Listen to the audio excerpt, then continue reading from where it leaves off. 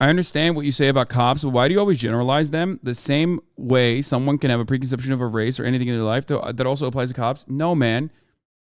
I mean, I joke around about how, like, there is such a thing as cop phrenology and that you are ACAB, which means you're assigned cop at birth and whatever. But, like, that's not the case.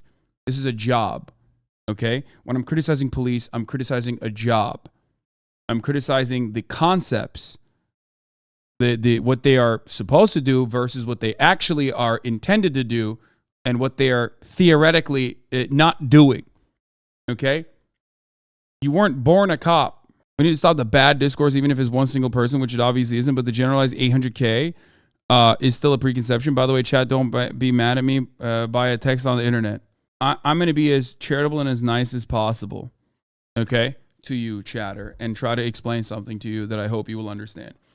When people say ACAB, all cops are bastards, all cops are bad, all cops are bad, whatever, they're not talking about human beings that are otherwise nice people, potentially. Maybe they are. Some of them probably are. Some of them even probably started the profession under false pretenses, okay? But cops as a profession, police as a profession, protect and serve the interests of capital.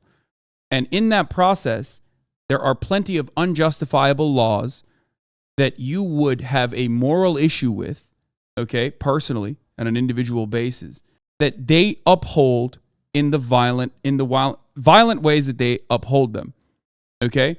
So while they are in the process of being a cop, while they're doing cop shit, when they have the badge on, they are behaving in a bad way, okay? By design, their job requires them and urges them to behave in a violent manner. So even if you're an otherwise good person, when you're a cop, when you have the badge on, you are doing shit that cops do and upholding unjustifiable laws. There are so many examples of this, like cops going up and like arresting an old lady who is feeding homeless people. Like, no one would ever consider that to be a normal or a good thing. But cops are doing that because it's a part of their fucking job. That's what that means, okay? Now, on top of that, the system also demands they be violent because they are the authority. They're supposed to be upholding laws, okay? Some of which we all understand are unjustifiable and inhumane and cruel. Now, in order to do that, they have to be violent. They're exercising the state's monopoly on violence. And while they're doing that, when they do things like that, the state also protects them. So they're not actually following the book like a normal human being. They're behaving in a way where they are above the law. They're doing things, just like I mentioned, that no human being would consider to be normal or good or kind as a part of their job. And the state expects them to do that, and the state defends them when they do that. Qualified immunity is one example of this. There are many Supreme Court cases where the system basically has legalized their murders, okay, their murder charges, and have codified their lack of accountability. Cops have no duty to actually protect the citizens. This is the law. Technically, if they see a crime happening and they do nothing, like in Uvalde, they will not be charged for it. There's no expectation. Zero. That is the law. A cop, however, can kill someone.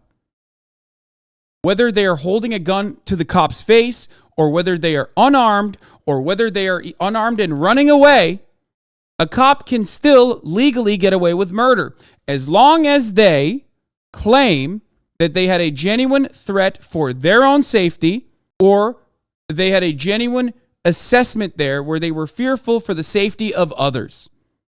That is also codified. That is institutionalized, and it's completely fucking legal. I cannot imagine if you, like, for 1 second, I'm not the type of person who says, like, we don't need an organization that is going to solve crimes. We don't need an organization such as policing, okay, that will maintain the presence of law and order or whatever in a civilized society. Of course, I believe that there is always going to be need for detective work. I believe that there's always going to be need for a force like that, whether it's democratically organized or not. I'm not saying that, like, you know, cops or police as an institution or the theoretical purpose of policing is just fraught. Okay, I'm not saying that.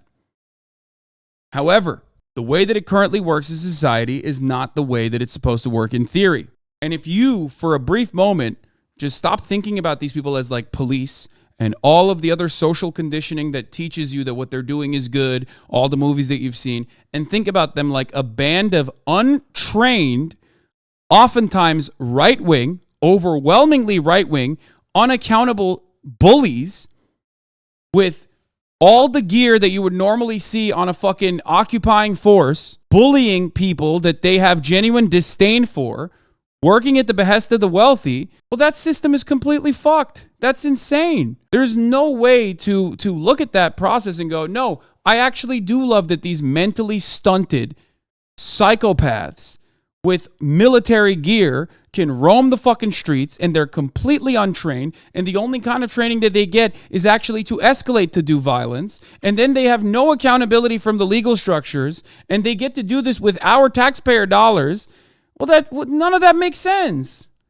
And they are the only people that have genuine fucking union protection and also the benefits of like living in a fucking Nordic style social democracy. That's wild. That's just legal. That's a legal gang. And it's one that does so much harm.